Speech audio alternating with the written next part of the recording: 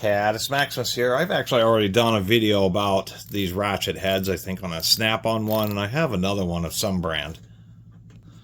I have a Proto 3/8, but this happens to be the Proto 1/4 inch. And I kind of like revisiting these things because these are truly an old school tool, which actually a lot of tool manufacturers still have, but they're strange because they're just so redundant compared to modern day ratchets.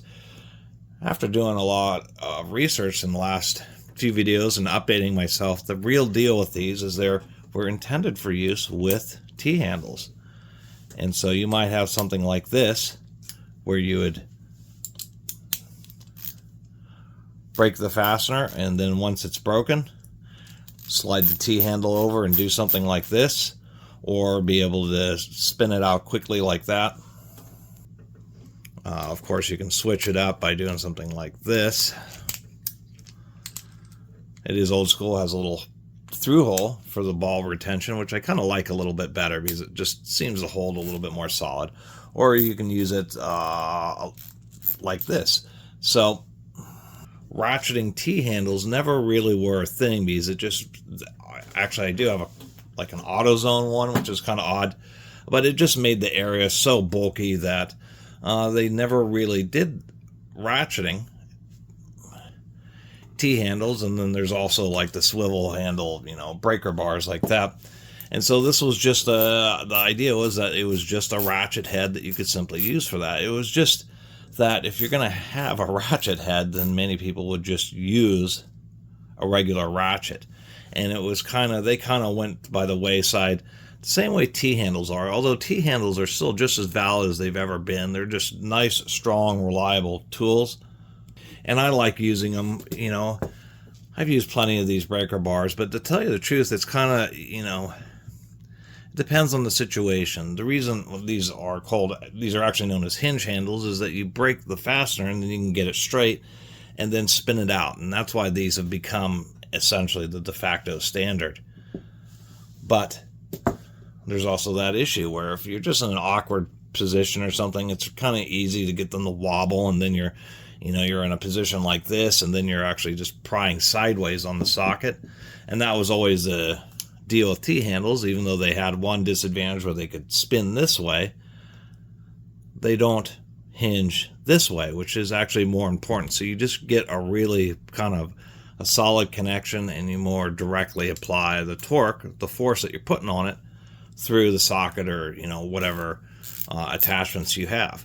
And so that's just the kind of the deal is these are ratchet heads. Now this is a 10mm socket, and as you can see, the real issue is the fact that these ratchet heads, in order to be reasonably strong, are actually pretty huge. As a matter of fact, I think this is stronger, excuse me, not stronger, larger than just a regular old 1/4 inch ratchet.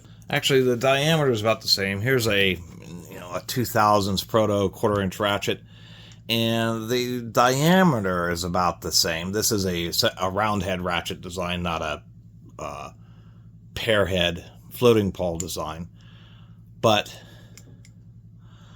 they certainly are tall compared to a regular 1/4 inch ratchet. And so just with the reduced usage of sliding T-handles and the fact that it is pretty bulky, these things have just kind of gone by the wayside. Actually held together two spiral spring snap rings, one to hold on the reverse lever. We do have an on and off.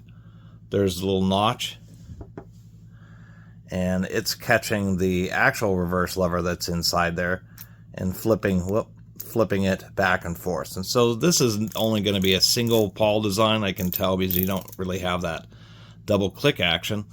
And then this ratchet head is held in by a second retaining ring.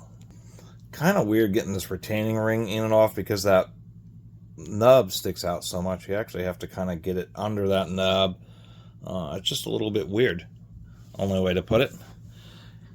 Anyway, every one of these I've ever found has badly needed lubrication. And so we pull this out, and to tell you the truth, I'm a little disappointed what I'm seeing in there. There is a little bit of lubrication, not much, fine tooth, though. That looks like it's at least a 60 tooth.